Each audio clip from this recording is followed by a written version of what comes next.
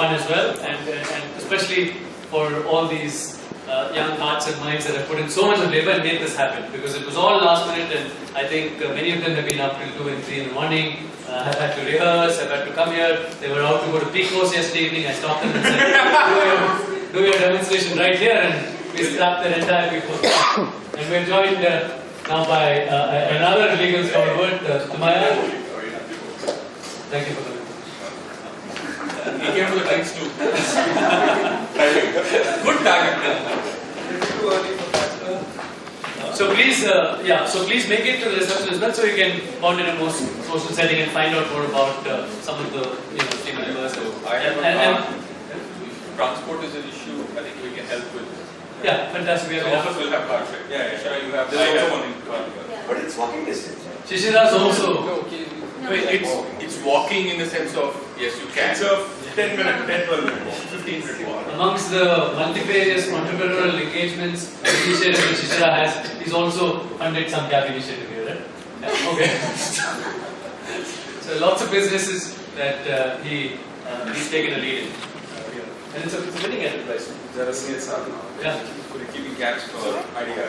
So here's a good funding idea. We play a billiard game. Whoever loses, margin times 100 contribution. Brilliant. More people to, yeah. We get all these people on the table. Huh? Great, we'll make it into a fundraising session. Okay, so this session basically, I mean, you've got from the entire day's discussion, you know what the burning issues are. Are there any? One is, before we broke for tea, there were two issues that flagged up, which is that we took an easy marker for this project for the last 4 years. It was a marker on economics. We said we'll help the economically disadvantaged, but with a special focus within that segment on differently able children, mainly visually impaired, and also girl children. So out of the 28 that are in law schools now, 7 are visually impaired and 13 are girl children. But that's again, I mean, all of them make the economic cut as well. And we've kept the economic cut, and of course we've had issues in terms of formulating what the economic cut would be, because as you can imagine, it has to be varied across the country. You can't use the same cut in a rural area versus an urban area versus a small town area. And so we've been working around that, and if any of you can sort of contribute to that debate at some stage on where we peg the mark for that, and we can take it either offline, maybe not for the moment, unless you have some very sort of broad picture ideas on this. The other is, do we really start expanding out in terms of other areas where the law schools lack diversity? So if you're really about diversity, then do we start looking at children of sex workers? Do we start looking at transsexuals? Because that's another. So we start looking at various other diversity markers and start co-opting that as well into the model. Is it going to be too much to bite? Should we start thinking of it at that stage? That's a question that we left on, but if there are other issues that we should be picking up, I think we should use the session for that. Sure. What is it that we are trying to achieve? One is we are saying that we are picking up students from poorer strata of society and giving them employment. That is one. So in which case we are saying we are developing an individual and we are hoping that there will be a trickle down effect in terms of family. Yeah. He benefits, the family benefits, and then there trickle down effect. Is that our objective? Right? Because we are saying that we will encourage a person to do whatever he wants to do once he is inside of law. And therefore he can choose to become a in-house lawyer or an academician or a law firm or whatever employment opportunities are available. That is one. Our second way of saying, because I see t-shirts, I see logos which say access to justice, we are building leaders and empowering the underprivileged. I don't see any of these being achieved directly. Indirectly, of course, there will be. So, is this the right I think section to speak about? No, it is a great question. It's a great question because I think it cannot be just mere access to education for the underprivileged. It can't stop. Because the broader mission is that somewhere we want to contribute to the community empowerment in whatever sense.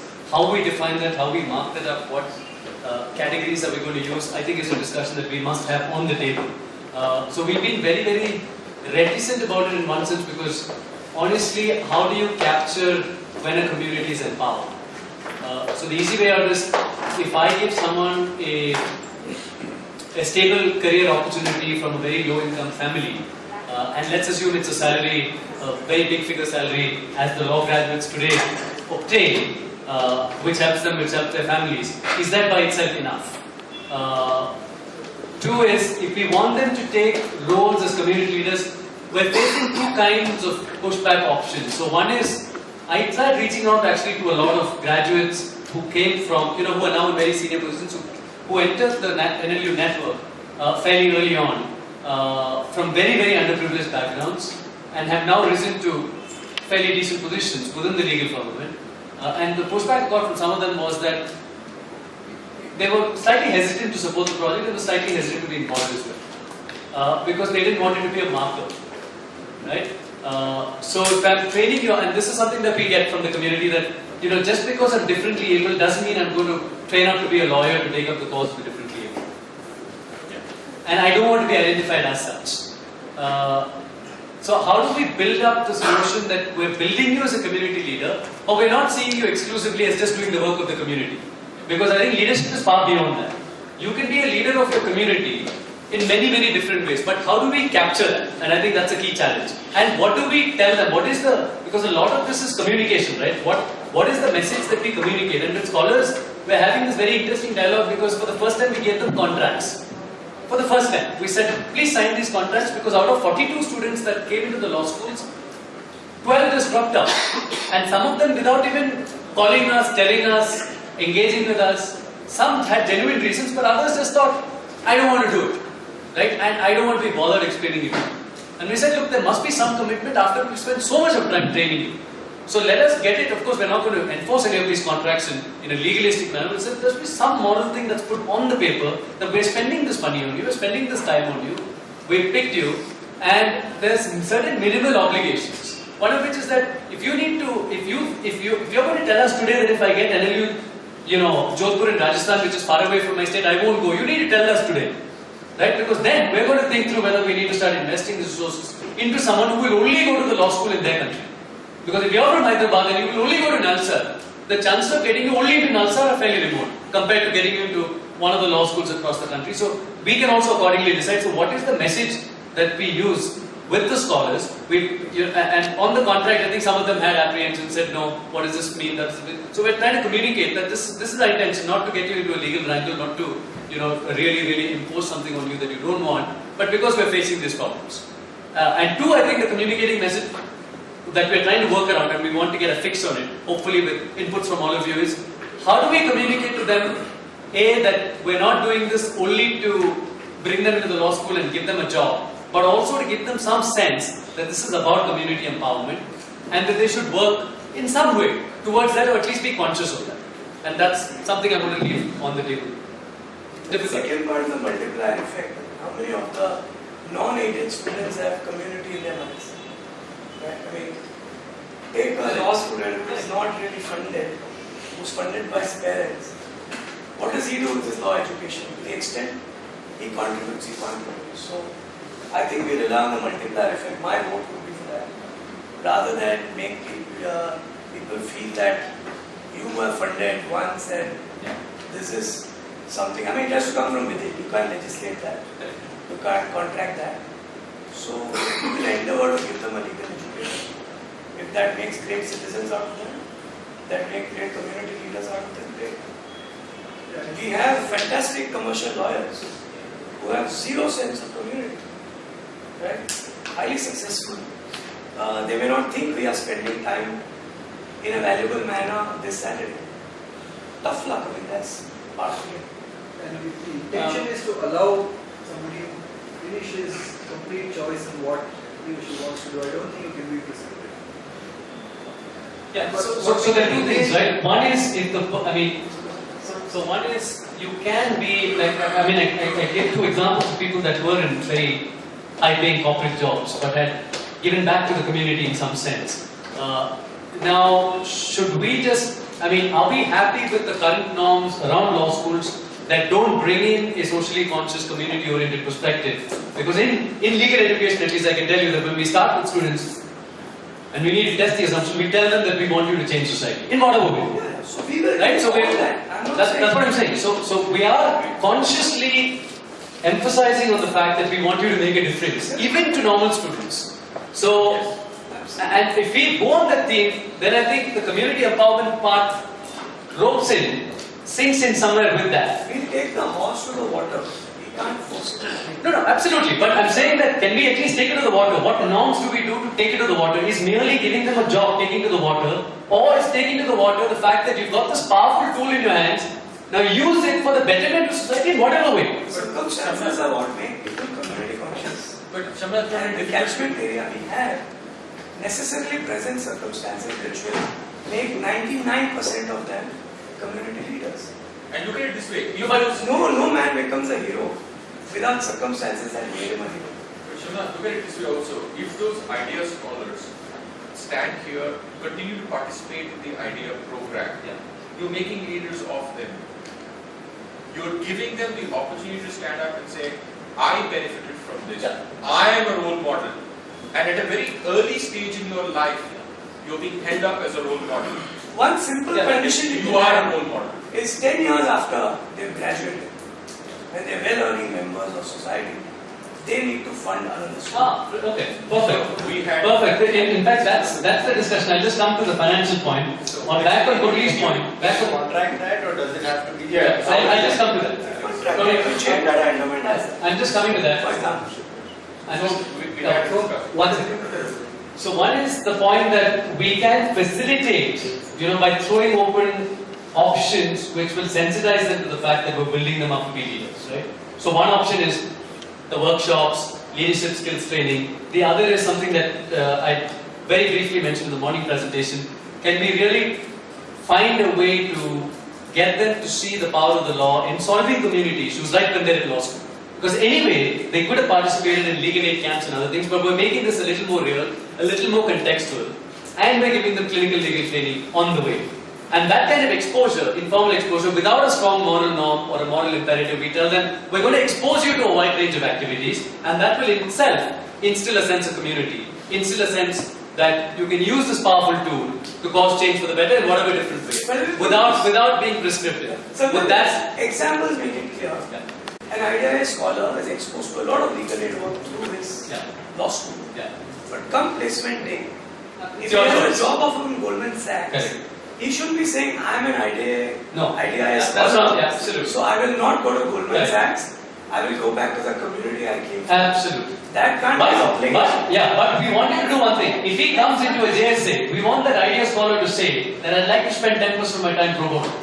or to Just say to that- complete the earlier thought, just You know, one, it's- so on just one point. So he can go, he or she can go wherever possible, but internally, the exposure that we give, that the scholar sort of has through the legal education and the programs that we're exposing them towards, will instill in them a sense that whatever occupation they pick up, because you can be anywhere and still bring about change in whatever little way. Be the best lawyer that you can in whatever setting you have. We'll endeavor to make them good human beings. Tata scholarships entail what is technically called a loan scholarship. They call it a loan scholarship. As and when you become capable of earning, you put back money in the IDIA nation, for example. So this was the Tata scholar in their scholarships. And that's exactly what. And we have this in our contract, and that's something. So I'll throw open what we have in the contract. In the contract, the obligation actually kicks in on year 1 if your income is more than 50,000 a month. But it's how much is it? 2%, 1%? How much is it on the contract? So whatever, we pegged a certain percent, but with the cap that you can come back to us and say, look, I've got 3 sisters to marry off. This is the Actually, little place that I come from. start. So, sorry. Give a 6-month moratorium, 1 year moratorium, and start it later. Let them enjoy life also. Yeah, but If you just started earning, it's 2%. 1%. Just saying, It is the cost of meal. Yeah, it's nothing. And we've kept the cap. So we can, but it triggers right there. So there's a connect, there's a continuity. Yeah, I think the objective should be, I don't think we should call it community. Yeah. I think we should be talking about citizenship. Okay, so the objective is citizenship, and so that the definition of community is broader than what your local identity. I mean, how do you decide what is community? I mean, I think we are all one community over here. So I think citizenship is what you are promoting. Giving back should start the moment they get into the idea program, where a first year is mentored by a second or a third year. So there is an active mentorship program that you have for an idea scholar, ongoing from the moment I enter the program, or maybe 1 year from when I'm into the program. So that's one way of putting it back. I think the other way of looking and exciting an idea scholar or any of us who are associated with it is perhaps creating a forum for where we can create opportunities for people to be good citizens or give back to the larger community. So this acts like a via media as well. So while the person is an idea scholar, you're exposed to different ways of thinking, different opportunities. After you pass out, you can continue with this, look at other programs, linkages to places where you believe that you can actually practice the skills that you developed, or your passion for citizenship, change, the concept of diversity, etc. And with regard to expanding, I would say one other marker could be first generation learners. So you look at economic as one, but if you want to expand it to another thing, is someone who's a first generation learner in a family. Because it's another indicator of the same thing. No, it won't be. It won't be. There's a significant difference. Because I could necessarily have people who've been to and have been educated in the formal education. You could have a very rich agricultural family. You could have an extremely And rich they wouldn't have agricultural thought of family, but nobody would have been educated beyond a certain point. And that's Really? I mean, we have a lot of them. Yeah. So I think first generational learners could be one. You could look at. But if they're rich, why should we support? Exactly. No, it's a great. I'm using it as another. Yeah, exactly. You won't support them, we'll sensitize them. That's You won't support them. Your support will be commensurate to how much they need. So when we say rich, if our marker now is, we're taking children whose parents earn 20,000 a month, let's assume combined, and we find someone who earns 40,000 a month but has not gone to school. Now 40,000 a month is still not enough to pay your 3.5 lakh law school fees. I think be liberal because Or 35 or whatever. if you're a rich farmer, my village is Gurgaon. Exactly. Somebody sold land to DLF, And what should be a buying a Rolls Royce. That's the problem. Doesn't go to school. And that's what I'm saying. There are rich farmers in large parts of rural India as well. See, you have an image of a rich farmer. When I say rich farmer, I don't mean rich. I mean someone who's outside our bracket. And our bracket, if it's at 20,000 a month, it's still a low bracket. So then No, it's still unaffordable. I don't Most consider consider it unaffordable. 20,000 a month is Yeah. not rich. No, sorry. No, I'm just adding the quality. It's not, that's what I'm saying. Our market is 20,000. So I'm saying that if somebody is 30,000 but is a first generation learner, we still need to pick them. Then we Because it makes a huge difference that there's been no education across. 15,000 a month is also not rich for a 3.5 lakh per annum fee. Correct. Right? So I'm not fussed about that number. But we do need to be conscious there's a number. Yeah. No, A liberal number, but So then we're on the same track. So if we're not conscious about the number, then we need to start looking at other alternative markers.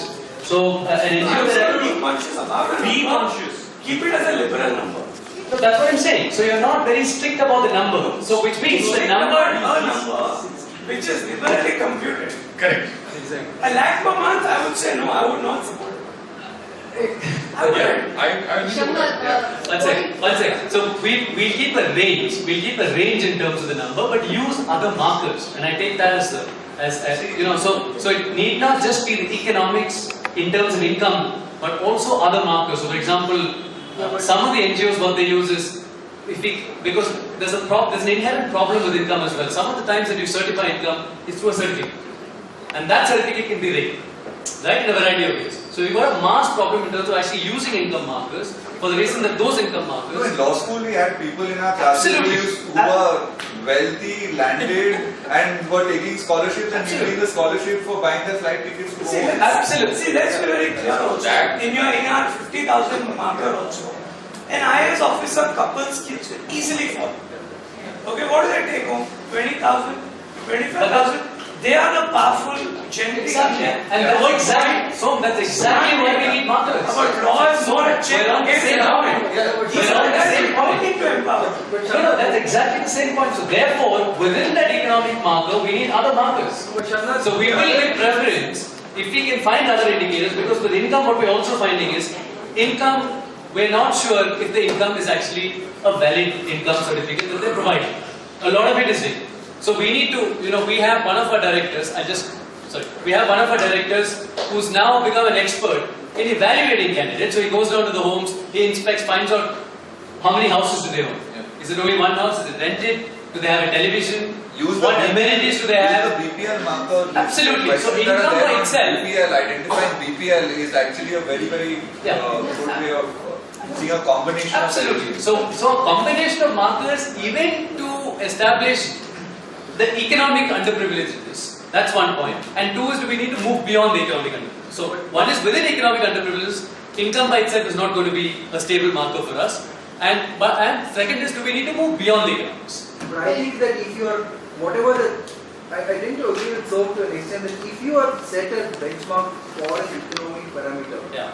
if somebody is above that line, Yeah. regardless of what the other parameters are, should not be part of it. Some tough calls you have to You take. have to take a call like that, Shuman, because let us say there is somebody who's, a family that earns X amount a year, but has not had access to I'll tell you a difficulty with this. Our difficulty with this is very simple. We've had families where there are 2 kids being educated for degrees. And the third child is the one that we identify. We can't use strict marker there.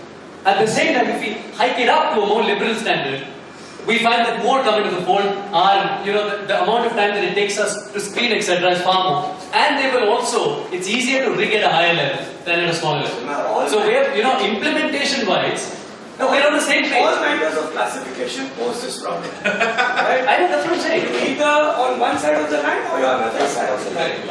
And they're very morally compelling arguments to make that line fuzzy.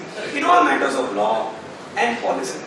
We have to draw a policy and then go by it. No, exactly. So it's a policy line, it's not a rigorous technical legal line. If it's a policy line, we say that 99% come in this, in an exceptional circumstance, we move it. So we're not going to look at it, and that's so far, the line that we've drawn on this 20, we've moved from it in exceptional cases.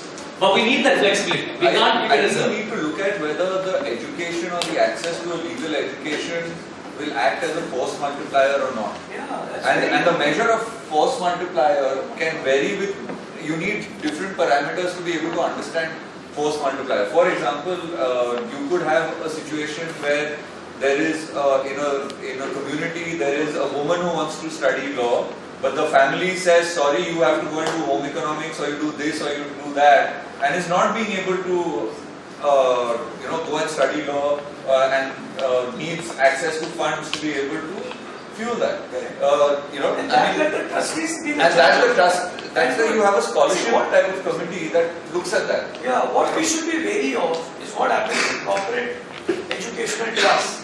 They are just means of sponsoring government services. For example, we can't be yet another such trust.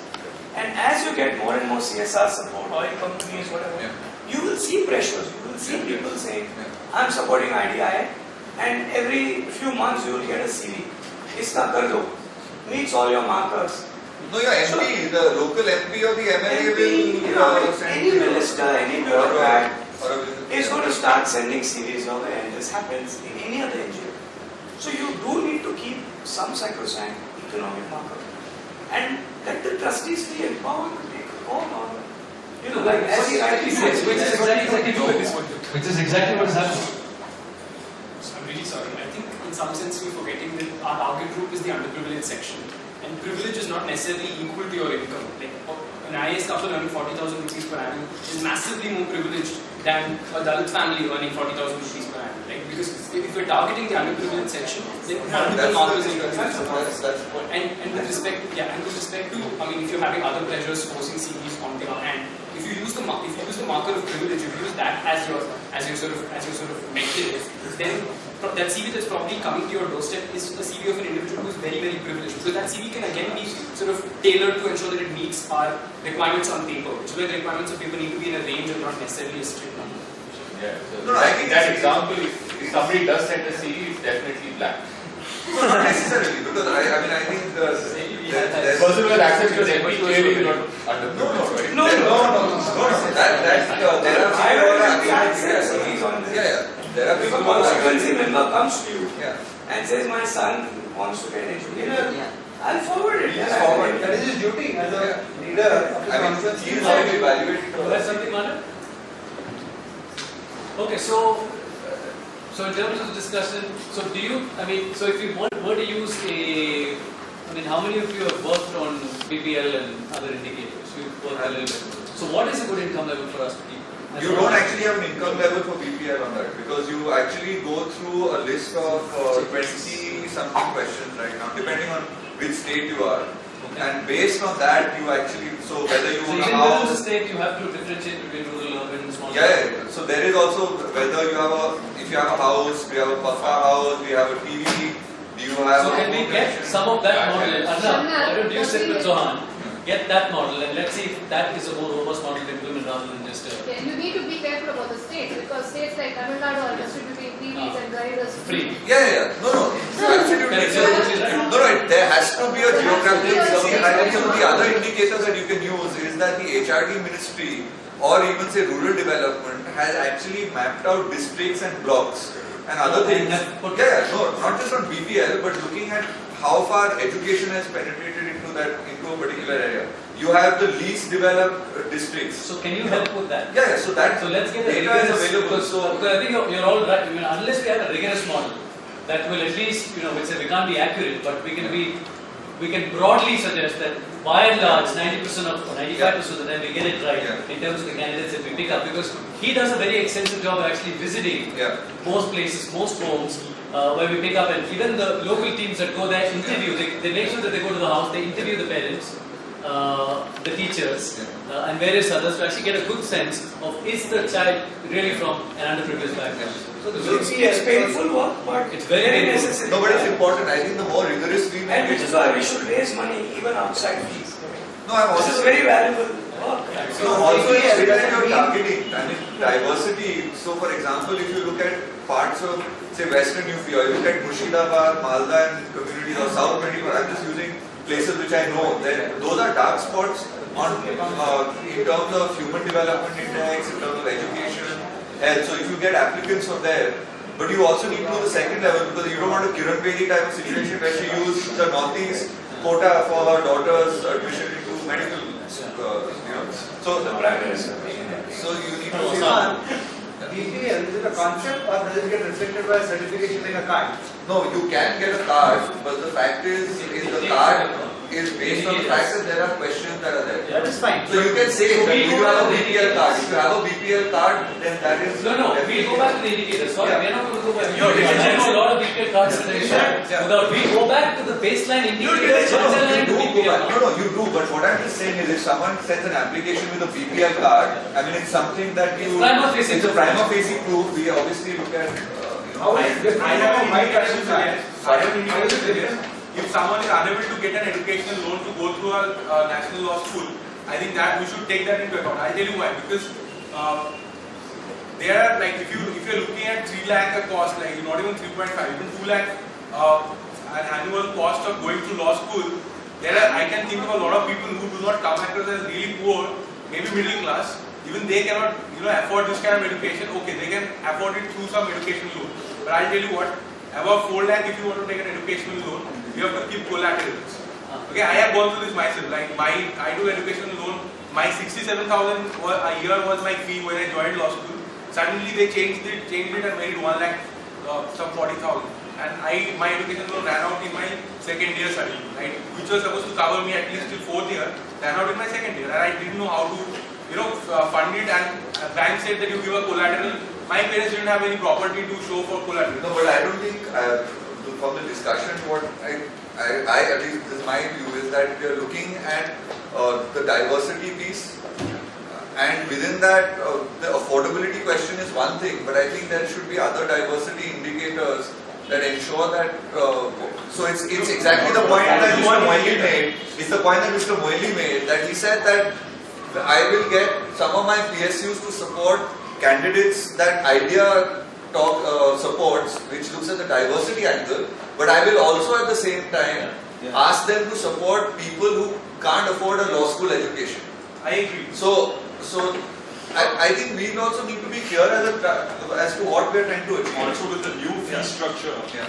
I doubt whether we can be so diverse. If we start including everybody who can't take a loan, because if it's 18 lakhs, that's as good as for an LLM. I don't know how many people do for an LLM. That's the cost that is coming up.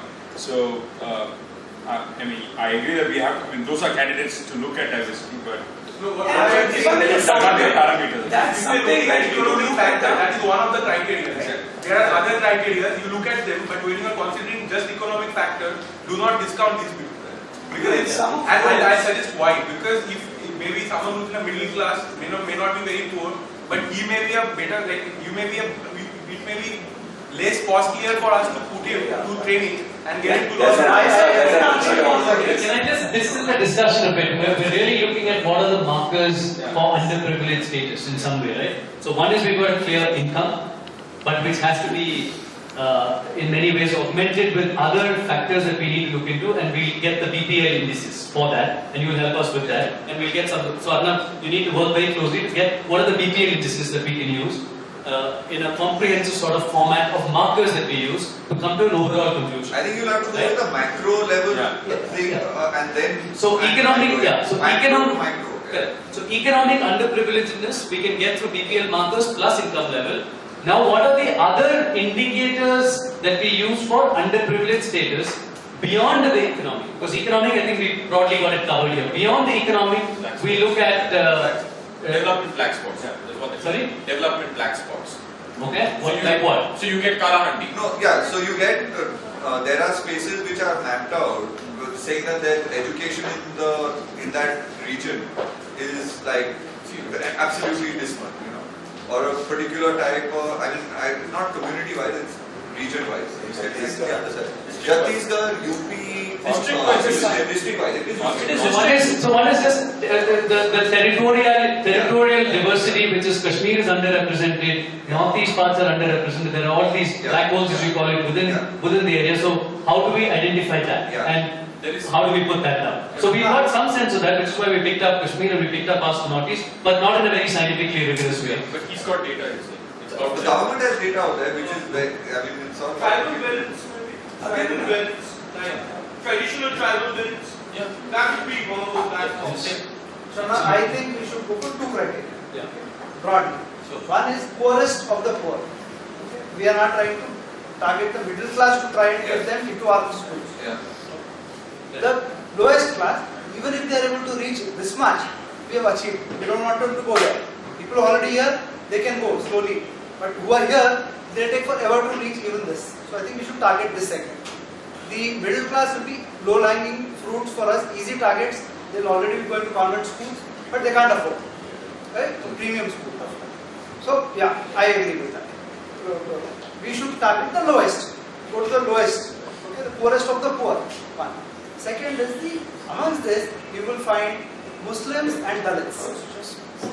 These are the two segments easily identifiable, and I think we don't have to go through too many checking and all this business, because you can take it that about 95% of the time, if they say, because I cannot afford, it will be true. So this fudging business, all that again will very rare. You will have 5%, but you have to live with it. And government data actually supports this. The dark spots are exactly tribal, Dalit, and Muslim belts of largely central India actually. So this is your base, I think. That's a great point, Rahul. So that, in many ways, is the toughest work for us ahead. That if we really need to identify, and I think that's been one of our trustees' main concern, is that you've tackled a lot of these categories, but you've not really done a proper rural area as yet. And we've been working, as Professor MP Singh hailed from a little village called Jitoli. We've been working for 3 years in Jitoli, but we've not had converters yet from there. So rural areas are very, very difficult to work with, to convert. Where we've converted from our small towns, the urban poor. And I think, but to get the real key challenge of getting the poorest of the poor, or the most deprived, I think, in all honesty, we've not got them in as yet. And we completely can. So idea is got some credibility now. Yeah, 3 years, exactly. 4 years now. Now I think this is the time for us. We've used proxy, see. So one easy way for us is to get candidates that still fall within these brackets, but have been educated through schools that have anyway catered to the poorest of the poor. So, so school like Shanti Bhavan, when we picked from there, so one of our scholars came out of there, but Shanti Bhavan is an exceptionally rigorous, good, decent education for the poorest of the poor. So once we picked them, we still have the poorest of the poor, but we've not had the real tough task of really getting them up to speed from where an ordinary poorest of the poor would have come from. Right? And that's a key challenge. So we've not gone there, Rahul. That's a great point. But I'm just wondering. Time for us to go. It's 4 years. We have established our credibility. We have got our students in school. People are interested. People are aware of. I think this is the time to hit the thing. Because once you do it, it will take us 7, 8, 10 years to even get these people to where we've reached so far as the existing lot is concerned. I just had a counterpoint to that, okay, and this is something instinctively that comes to me as a lawyer to argue the opposite side of it, and that's why I raised it up. Today you have a wide-ranging support from a wide range of people because you are only looking at the underprivileged in terms of economic markers. Once you start getting in these other markers, will it create political issues? Will that create problems for donors? Will they have issues coming forward to continue your sponsorship?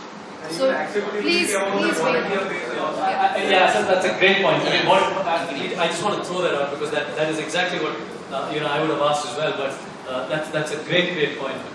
What do you all think? Is that would that go back to Som's point that you just need to you change their impression? I mean, so in many ways, are we going to take a paradigm that exists and work with that, or do we work to changing that paradigm, telling them that look, these are also markers for one reason or the other? You may not consider them to be valid markers because of whatever reason you either stand against reservations or you don't think these categories should be supported. Do we do that battle on the ground with the funders, donors, supporters, etc. that may have an issue, or do we or do we just exclude it and take the safe way out and say that this is a tried, tested category, nobody has an issue with it. This itself is difficult to implement, especially if you want to go into the poor category. So let's focus on this and then branch out. The other issue with poorest of poor is what you're looking at here is higher education. So for that there needs to be some basic education already in place for them to effectively benefit from This is the oldest discussion always done to scuttle the whole plan. That never touched. This is the whole thing. This is go to primary The school. person will obviously be in a school. If they are accessing the program, they are in a school. Correct. So the point is, even if it's in a school, you don't want a person who cannot cope. I know you're training, you're doing the basic everything. But when you're talking below, why are your converts easier from towns, from urban core? Because there's a little more exposure to the whole situation.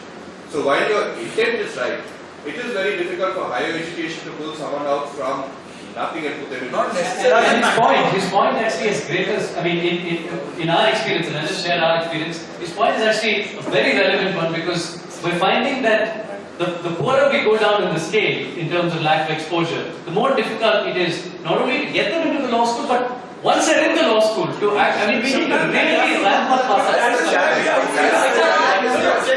I think that's what he's highlighting. What is it? That's exactly what we're laying on the table, that this is a greater challenge. Do we take it out at this stage? Do we wait for another 5 years? Do we start slowly? I mean, it is the challenge, which is why we need to place it on the table. That these are resources, this is the plan, this has worked till now. We've used proxy markers, and even on proxy markers, we've not done a great job. So we've still not tied up with the JMBs.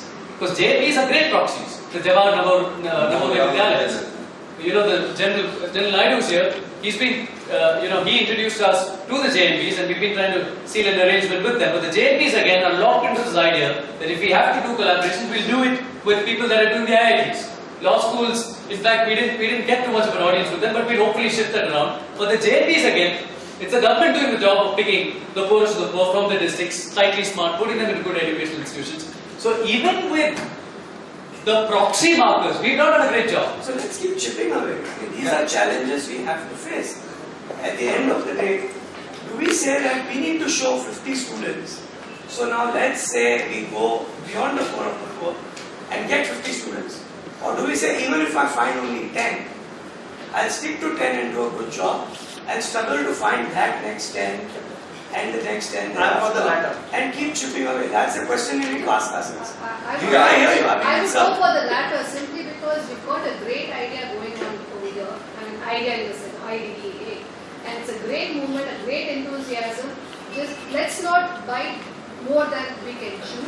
And No, or let's not bite something that's easy to chew. That's the real point. This is not easy to do. Sorry. I'm saying, This is not easy to do. This is very tough as it is with the present You situation. didn't get my point. The point I was making It was, will be easy to chew 10 years from now on the same model. That's all. It will be easy to chew 10 years from now. So when it becomes easy okay, let's to leave the idiom aside. The point I was making was, do we need to dilute? By dilute, I mean, do we need to raise the bar for who is acceptable, or do we need to lower the bar for who's acceptable? Be more stringent or No, but I think I don't think we need to like it's an either or, because what we could do is see we've got a proof of concept for 4 years on something that's going. out of 10 we'll pick 2. The fact is let's we can integrate what let's you're saying. choose a proof of concept or an engagement so that there is learning for the trust and the initiative on focusing on the poorest of the poor. It's not that overnight idea just changes and says we'll only do poorest of the poor. But It's not working somewhere. yeah, we have to Yeah, start, and I think you Therefore, put let's start. And we're doing that. We're doing that in Jitoli. We've not had a shot for them. So if Jitoli gets successful, so we're doing that. It's not, we've not excluded it. But We're just, I think by definition, there's a huge gestation for work like this. But You then can't show dramatic results in 5 years. Your dramatic results will come in your 15th year. And the hard work between the 4th year and the 10th year we need to do. I mean, we need But to keep the faith and chip away. I just want to answer this one thing that Shamad had said in your last point. I don't think that this is because you use the word reservation. This is not about reservation, because see what's happened is it's in the rhetoric that this is reservation and a caste or a religion or something is a reservation based on caste or religion. That it just so happens that people with a certain social indicator and a socio-economic indicator happen to have certain other characteristics in terms that you find happen to be Dalits, or happen to be their religion happens to be Islam in certain places, or happens to be Hinduism, or I mean if you look at it, the tribal areas in Madhya Pradesh, Chhattisgarh, they don't identify themselves as Hindu. It's completely animist, etc. So it's not a reservation. And we have logic in terms of numbers of human development index behind it, and let's not get into the rhetoric side of it to use the word reservation at all. I think we should leave that word completely out of any discussion that we have. so just to slowly again synthesize the discussion before we.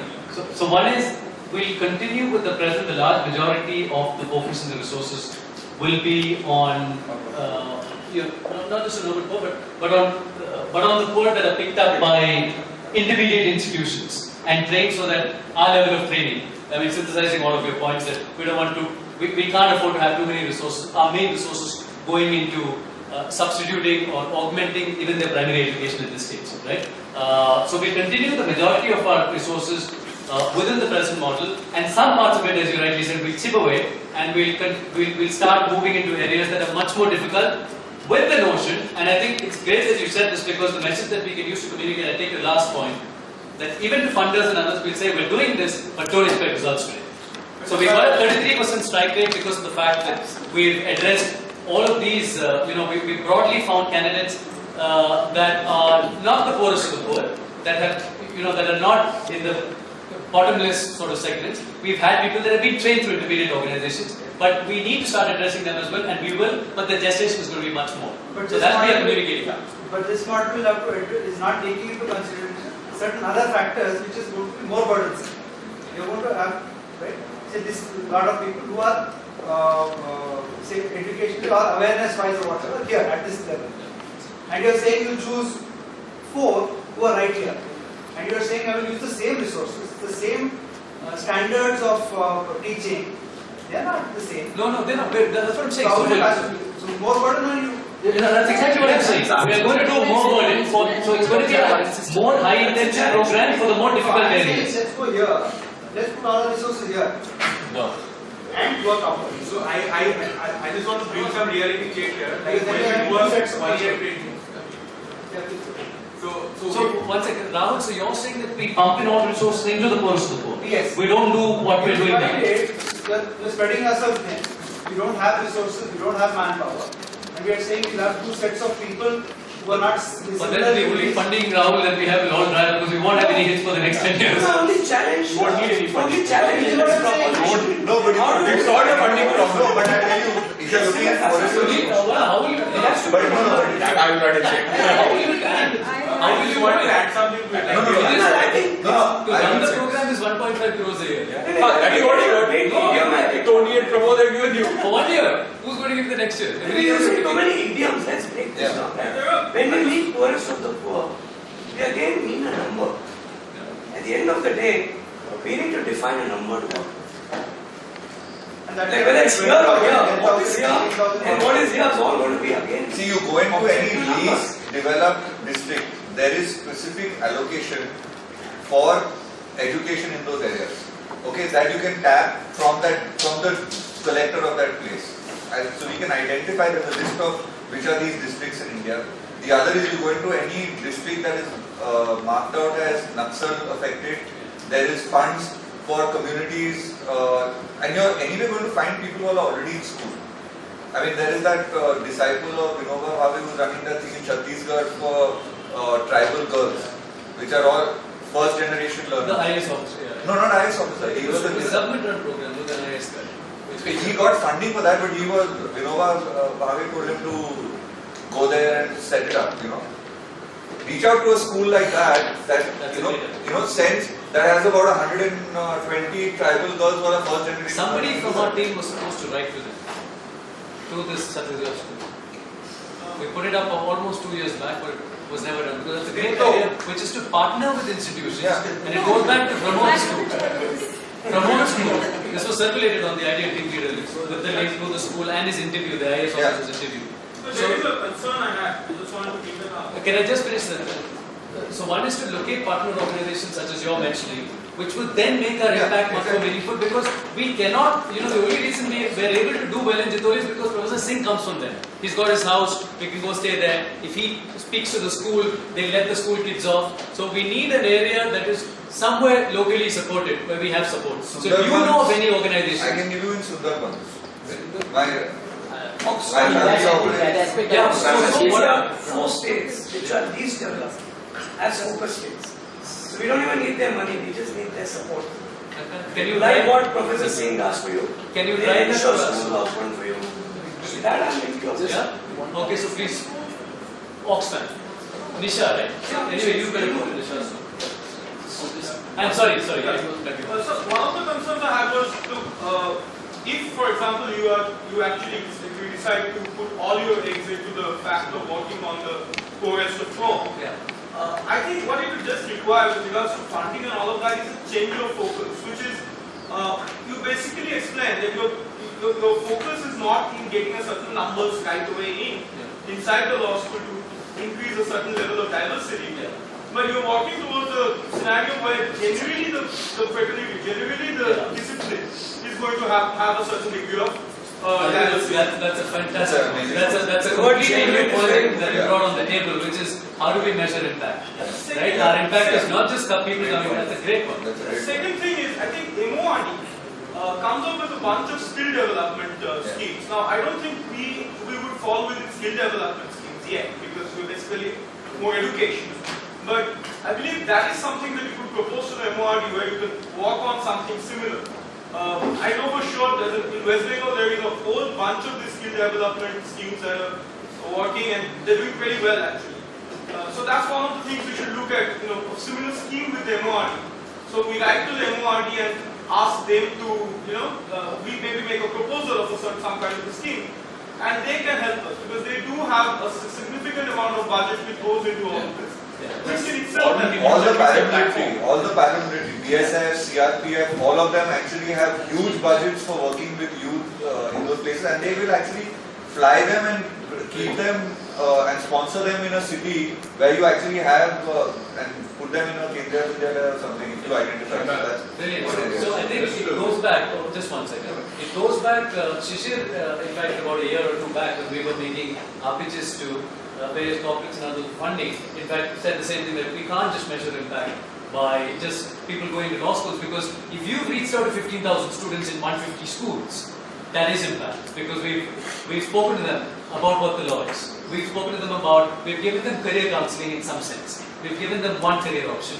Two is, even the students that you trained and didn't make it have got serious skill development, as you put it, serious development in their English, which is again a huge competitive marker today. I mean, so you're not gone into law school, but some of the candidates went on to do degrees, journalism, etc. And we're trying to capture all of that data because, again, we want the impact to be much wider than just people going to law schools. Our training program must mean much more than that. So we're also you get to measure the multiplier effect that you had even without recruiting a law school. Absolutely.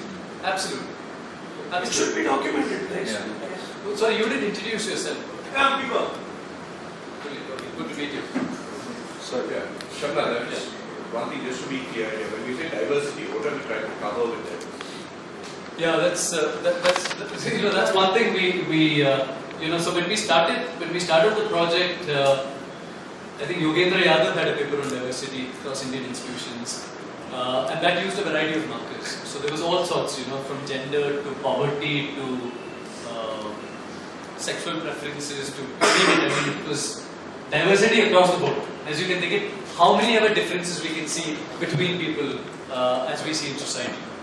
It was too tall an order for us to pursue all of that simply because, as you can see, measuring economic poverty itself, you saw the debate. But if you see just a trending concept, the biggest cause for absence of diversity is economic. Exactly. So if you're taking diversity being people from diverse economic backgrounds, fine, that's diversity. So that's what I'm trying to say, because now if your blind students think they cannot do law, I may be able to afford it, but I don't do law, and by No, I didn't mean diverse economic background. I said if you address the poverty issue, you bring more diverse communities into it. No, so what I'm trying to say is, even if by awareness, you let blind people know that law is an option, a career option, and they fund it themselves. You just have to put very little of your resources into training them to get them to that point. It is diversity. So then you have to decide, is it only economic diversity we are talking about, or are we across sectors? Your resource pool may be able to spread it more. That's a great point, because differently able you can have someone who's born into middle class or middle class family but is visually impaired. Where again, you do all the hard work in getting the institutions to accept a differently able person. But that person will afford the expenditure. So he pays for you will only cut the path. Correct. He pays for the path. Yeah. You use your resources differently to enable him to. But we're not spending the time, effort, and money in training the person or picking up the person. No, it will go into making him aware that he can do this as a That's it. And also it's an advocacy side of the organization. Like after today's presentation, I mean, one idea is that in the judicial reform space that we are doing in all the courts, there is no provision for actually enabling someone who is either a visually impaired or a hearing impaired lawyer. Like I'll tell you frankly. So, court like documents, section. if I say I want to help a person who is visually impaired, if he comes to the office and works, I have no idea how to help. Right. So we should work on that. How to get firms to recruit. SEBI is a great place to talk to. SEBI has 2 lawyers who are visually impaired, and they're doing a reasonably good job. I mean, I think it's to your point, Timur, it's diversity and access. That's zero Sorry, can I zero back on Yugal? Yugal, what was your experience working with a litigation law firm in Delhi in terms of the kind of, support services, etc. That would provide? I mean, could you work with us in terms of at least getting some broad markers for how we could make offices, and at least share the template with the law firms and various others in the legal profession for making the offices more disability friendly? Okay, so first thing comes to accessibility. So I had to carry my own scanner. I need to work on my own laptop. So sometimes the place where I was interning, so all people used to work on their desktops and all. They all had all their material in there. So if they give me some work, so I need to ask them, please mail me this thing because I am working on my own laptop. I need this. or I think main problem which they have is accepting, like that this person will be able to work or assigning him work. They take him as an intern, but after that they just, don't give him work or just ask him, okay, do this, but don't give him as much as work which he can do or which he is capable of doing. So that is the main problem. And another thing which I didn't face, but I think people may face as working in litigation firm, that while going to courts and all, so they actually need a bit guidance. So in my office there were like very good associates and all. So I used to go with them, so I didn't have any difficulties and all. But I noticed some of my friends, like lawyers tell them, okay, come to this courtroom. They used to wait there for a whole day and case didn't turn up, or like case passed on, or like they wasted their whole day there on, or some sort of like some problems like that, or maybe case files. So someone was interning in Andhra Pradesh only with AP High Court, and he approached one lawyer. So that lawyer was, you can't work with us because we have to scan everything for you, and that is not possible. So that's where some problems, like if they can provide some scanners, like it actually don't take time. Even I can challenge, like you can say that like it won't take even more time than a normal person. I can eat as fast as a normal person can.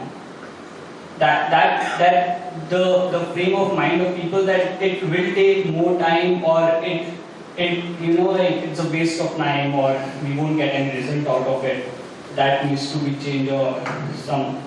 And even like when giving some online work, and also they will give you some basic work, finance case law.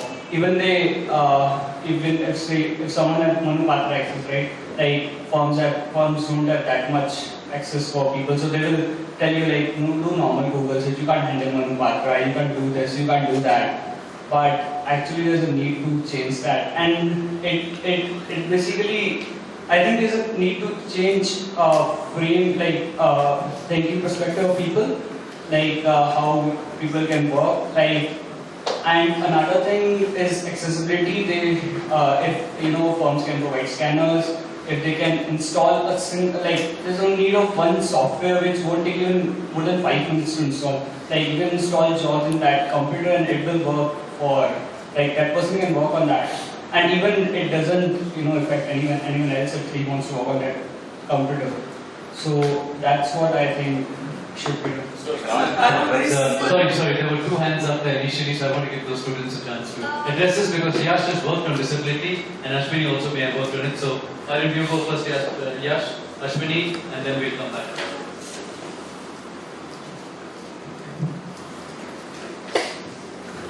Okay, now so what we discussed was what happens in a firm. But another problem which I faced with Arvind was whether the people who explain what it is. Yeah, Arvind is No, but not many of them are not here. Okay. Arvind is an ANDI scholar currently studying in 3rd year of engineering. Okay, I am mentoring him right now. So what happens, and one of the most important thing we face with Arvind is that one thing, you have people who are not very sensitized, other people who are extremely sympathetic. So we have to make sure that people who pass law school, they have the requisite skills that they can compete with other people.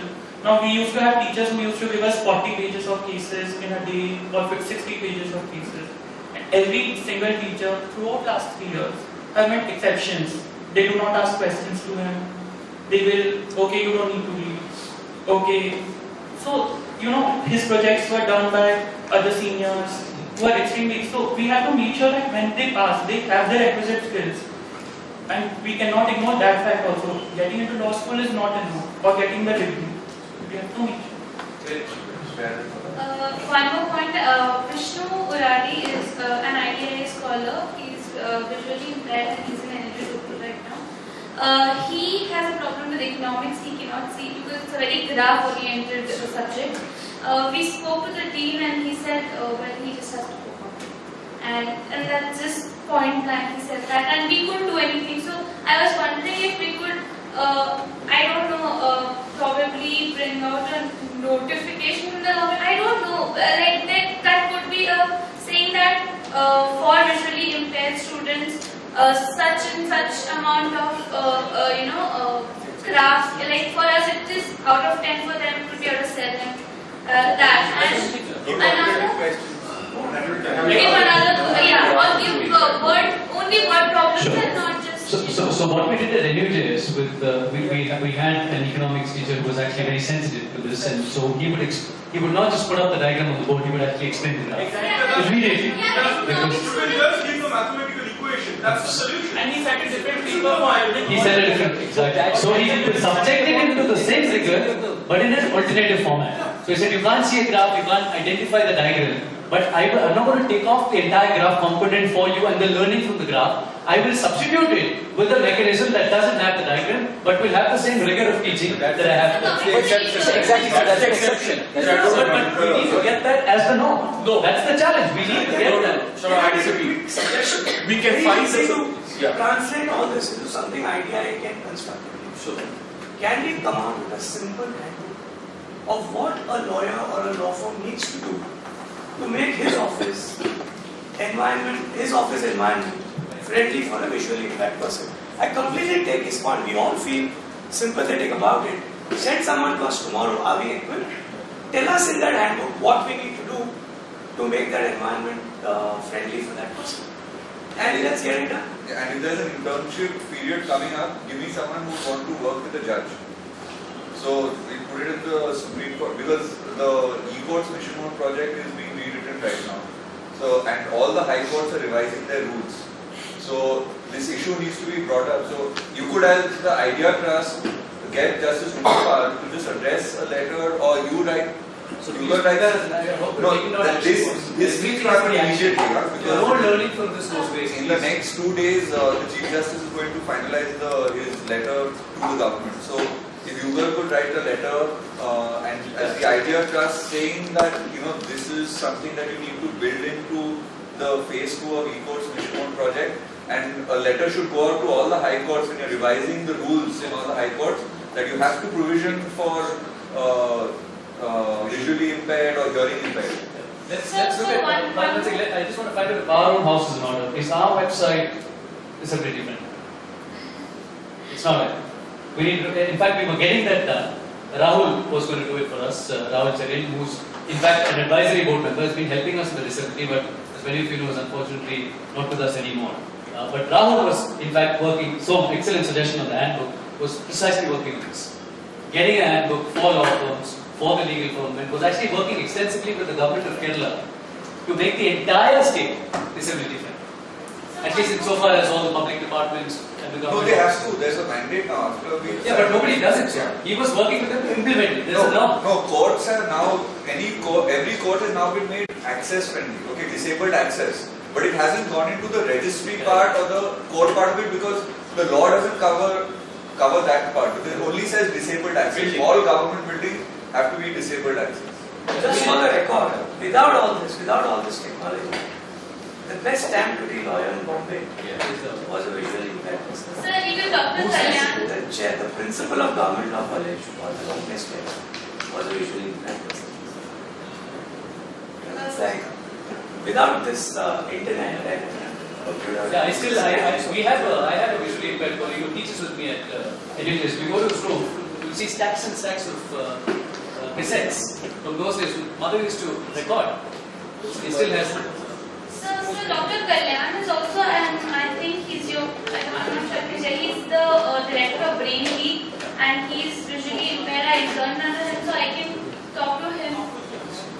Talk to him about internships for visually. He's in Bangalore, so even the Bangalore chapter can work with him. He has there are I think 2 more associates who are visually impaired in Brain Week, so they might have all these things that the handbook will have. I think a couple of questions. One is that we mostly talked about how to make a firm and the other lawyers' professional parts friendly, but I think The law problem which, yeah, that's why we are not both. problem. We'll do the ecosystem at both levels, and at the law school level as well as the legal profession level. It's easy. If we do it as lawyers, we can then have some moral force to tell law school, even we are doing it, come on, what's your excuse now? And the second point, I mean, we did a disability conference, disability workshop in NUJS in 2009, which and Benham had ramps. It was a conference, right? The second point, I mean, it's strictly from an operational perspective. If we are actually shifting at least even a part of our focus to the fullness of the tour, as we're talking about identifying these areas, dark areas, I think, I mean, it's absolutely imperative that we need to augment our workforce, which has been mostly out of law school students. Because if I have to be, I mean, there is no edited representation here, unfortunately, this time. But if we can actually talk to them, I'm pretty much sure that they will be admitting the fact that we have one of the reasons that we have not been able to pick up somebody from Kishori was that in the last 3 years we have not been able to devote the amount of time to them as we do with most of our other scholars from whom, I mean, there is a it's simply not possible for law students to have the same model which we are following right now. No, that's a very valid point. Somebody had their hand up from there. Somebody had their yeah, you were sorry. Sir, one of the best solicitors in Bombay is Vishnu Mr. Motiwala, and I think he takes Vishnu students as interns also. He doesn't work with the internet, or he has people helping him out, and he is one of the best solicitors Bombay has. So even without the modern technology, there are a lot of people who have been doing work like this, and I think he does take interns also who have these. So we'll zero in we maintain an internship database, and we're trying to create, so at 2 levels. One is we're documenting a number of internship opportunities that our students can avail of, IDEA scholars, and 2 is we're working with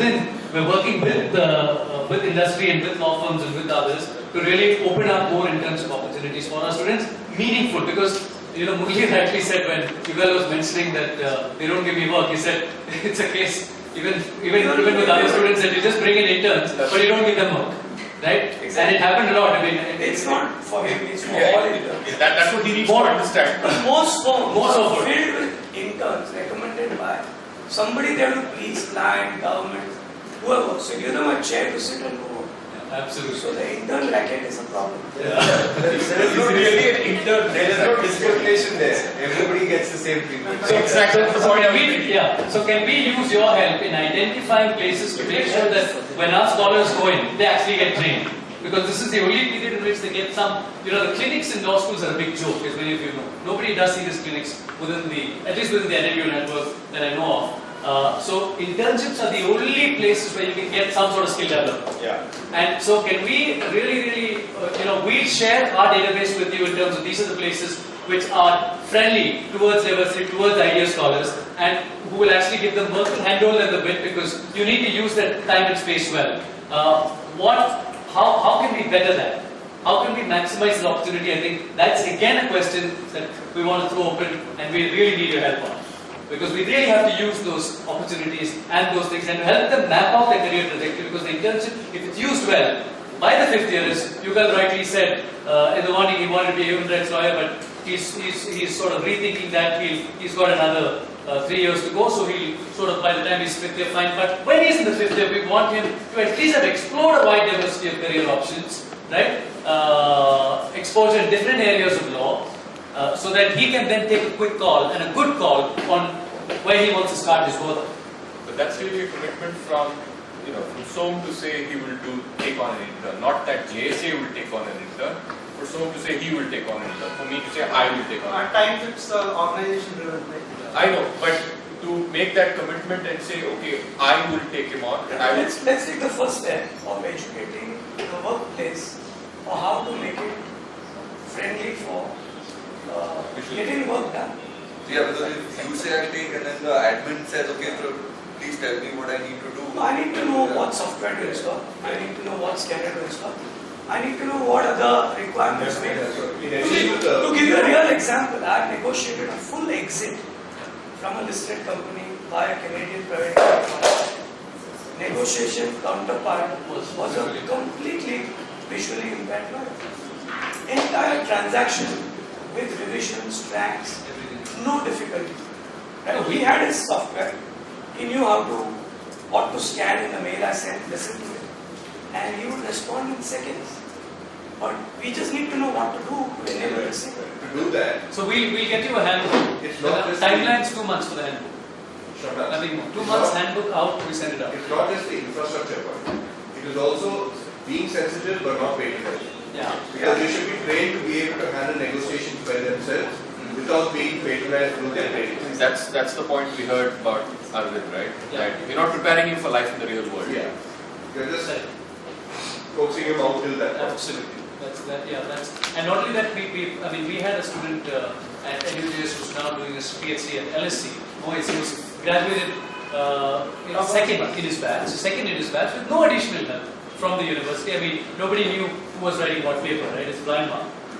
And he graduated number 2, went in an LLM, and now has a fully funded PhD scholarship at the LSE, navigates on his own through London, as managed, and he did, so for him, and he's raised his point several times so that please do not cross the line in terms of the support you provide. Because you have to draw a line somewhere, and I think we're facing that with some of the scholars as well, that some want help that goes beyond, some want a sort of complete hands-off approach, and we're sort of navigating that space still in terms of getting the right amount of support that's not, as you rightly said, patronizing or will amount too much of spoon feeding. The other issue was that contracting, where you said that if someone drops out or you spend time, what's the solution for that? So we mandated in the contract that if they drop out without a credible reason, and a credible reason being a reason not endorsed by the trustees, if we find that the dropout is just purely whimsical but is not motivated by a very compelling reason, then we ask that all the money spent on the training be refunded back. Yeah, that's nice. Yeah. See, rather we should try and counsel them. Rather than Of course. No, this is after all the counseling. We had one round of that with one student. He's part of it. Guy. And I think some trustees they were very upset. Yeah.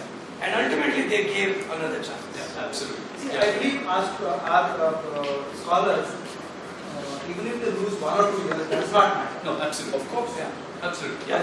Failure is okay. I think we should go ahead. Failure is okay. And that's As we're exactly doing it, you asked Arnav, we tried with that guy, the Sikkim. Nazrul, we tried, right? Tried once, tried twice, could not make it, past the age, got him to now he's receiving awards. Rahul, I'm giving the answer more. We have an example of that where we really found plan A, plan B, plan C with him and got him into university. Arnav went himself, put him in the bus, took him, got him admitted, got him into the hostel, all that is done. So there is. And now he's receiving awards on the state level. Government has been receiving So Rahul, that's a great point in terms of the measuring academic performance. That's another place where we're advocating with the law schools. So some of these law schools have scholarship policies which say that we'll give you the scholarship on an income, if you're below a certain income level. So it's means come merit. But we'll also look at merit and we'll judge merit on year 1. So if you've not got the necessary grades, we tell them, well, if they're really below a certain income level, you can't expect them to have this level of merit on year 1. Because they're struggling with a very foreign environment. And so one part of it is also advocacy to make sure, so any failures, it's not an automatic disqualifier. We look at failure with all the other circumstances, and then counselling is obviously the first and foremost means that is used to find out, because all these scholars now have very extensive mentorship structure, so we know exactly what's going wrong where, right? If they need more academic support, is it a failing on their part that we're providing all this but they don't want to avail of it? And is that willingness or non-willingness to avail of these support services because they're just plain lazy, or does it go deeper? Is there a little tag attached to idea they don't want to be, because we're facing that as well, some of them don't want to be seen as idea scholars, because that automatically brands them in a certain way. No, the branding should be idea means sexy. Yeah, that is how we should project it. Look at you. Right? I'm associated with Shamnath Bashi.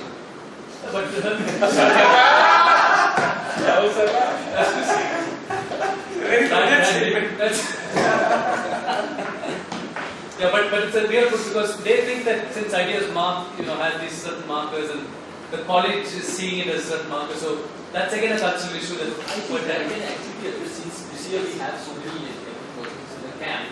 One of the reasons that this perception can only come if all, not only the IDAS scholars but the students who are studying with them get to see IDAS good thing. Yeah. So if these people, I mean all of our board of advisors, they keep on visiting these also the one request to another. If they make a commitment to IDA, they know at that point of time, I think that can work. Also, if ever you require that a letter has to be sent to a registrar or a director, I mean, you should just use all our names on that or send it to us and draft an email, send it to us and tell us who to send it to, we all send it. for any law school issue. Yeah, for any law school issue. Because, I mean, I think all of us sitting around the table... No, that's why I said you have the biggest battle of jobs in your hand.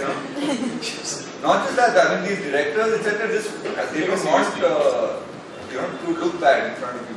So it starts becoming a it's a public. Once it starts becoming a public issue, they're worried about the adverse effects of negative publicity, etc. And that has happened, right? Social media has All carried all of these your letters. names we can use, right? Put that down, please. Next letters, all the letters to law schools. We're not in the line of fire anymore.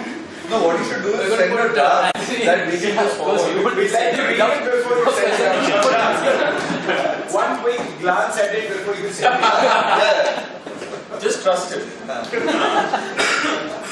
No, what we do, the copyright to this belongs to... They're just a messenger. The members This is a dumb terminal. members also of IDA now support the team. I think the advisory board can play. It's very influential in their own spheres.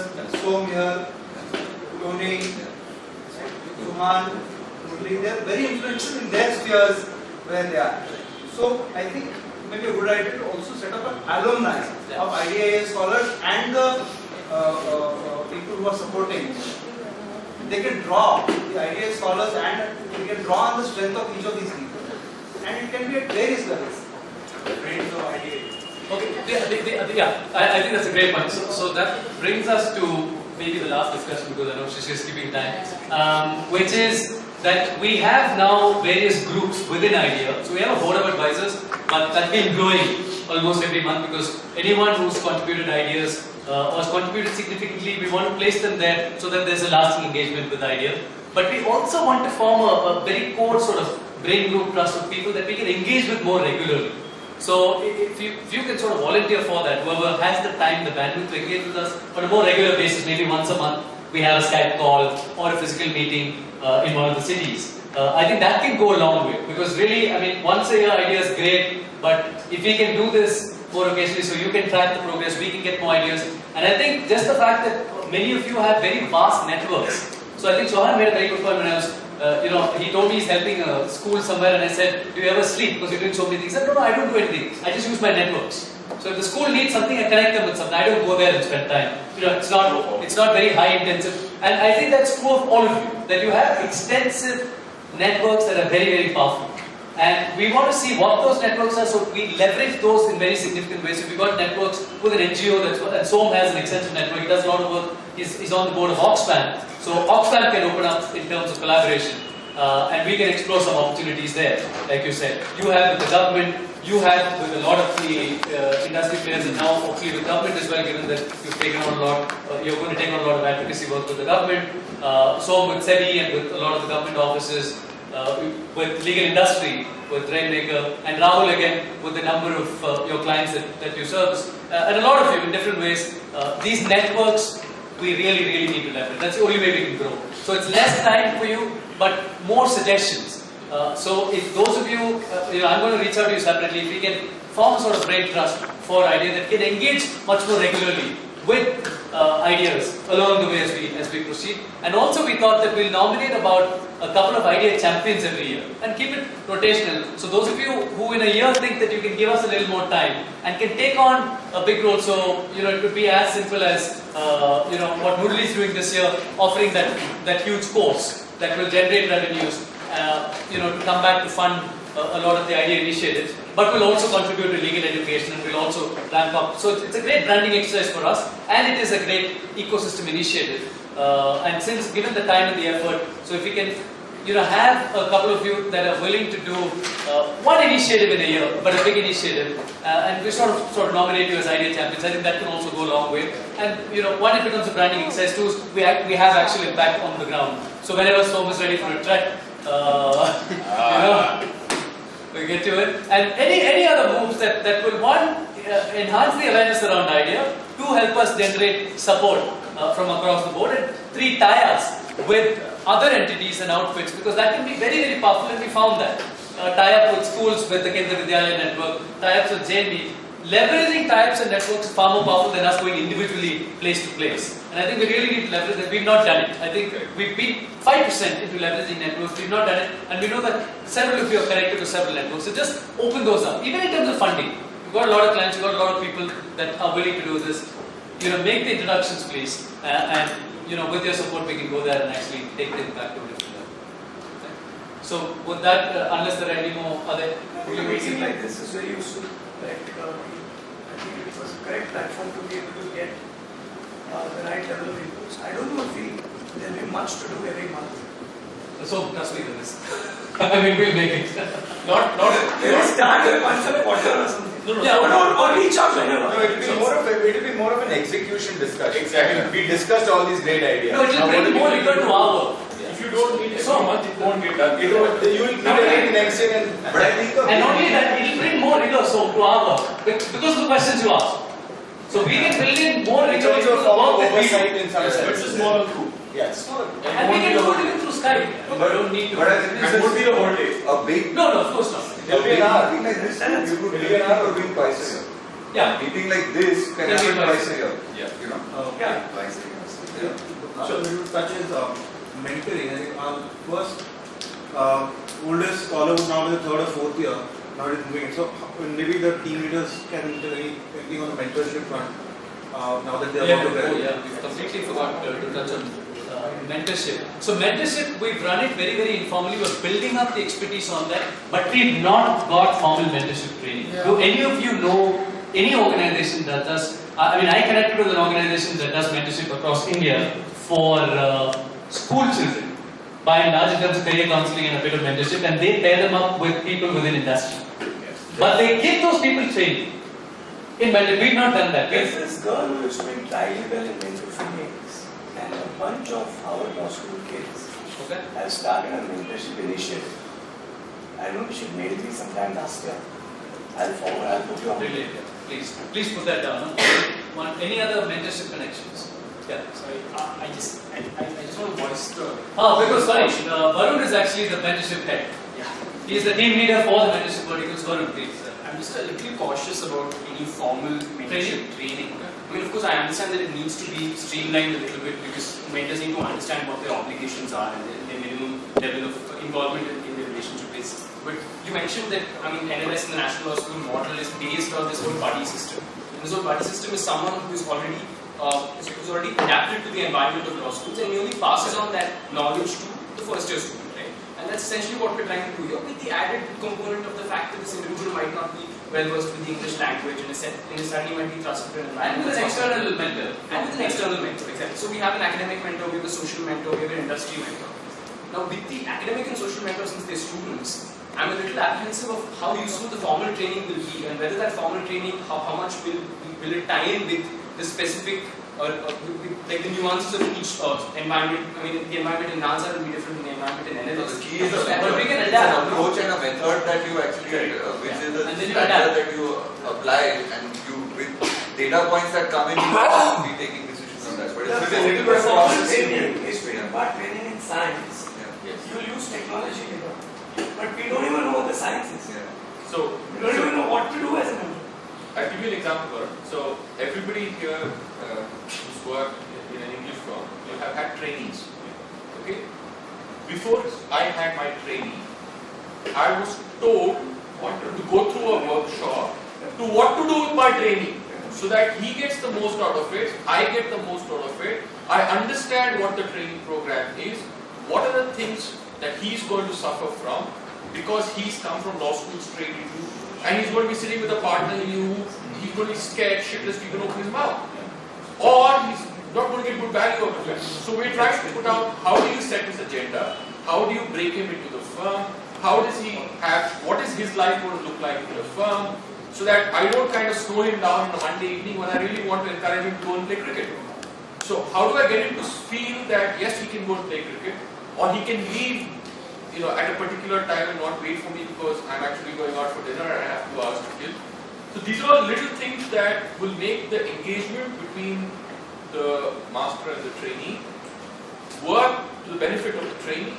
I get the most of him, and the firm helps him develop. So I need to understand this calendar. He's got to do all these trainings. He's got to do all these following things. What is he expecting to learn from this? What is the firm expecting him to learn from this? And what are the tools I need to learn and use so that it's a very effective relationship? The mentees also end up doing hero worship and they keep praising you.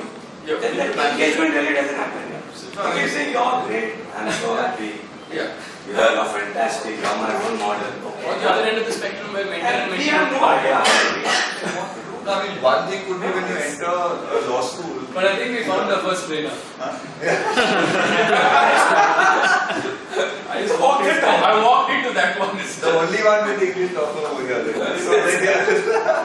But one point on mentors, for example, one big way of developing confidence is identifying a talent that the person has and making that person play that sport in the law school or sing or dance or whatever it is, because that creates that acceptance and boosts someone's confidence. So it's like you have a methodology that says that, you know, when you're mentoring someone, and that can be to your current idea scholar, identify what are the interests of the person and see if he excels at any or she excels at that, and make them participate in that in the law school. That's a great one. Great one. Okay, I see a lot of hands raised up on that last issue, so shoot and then we'll quickly, yeah, one I more. would like to agree with what Mudrik sir said. I am facing a real life crisis with a student, with a scholar. Introduce yourself. I'm Namrita.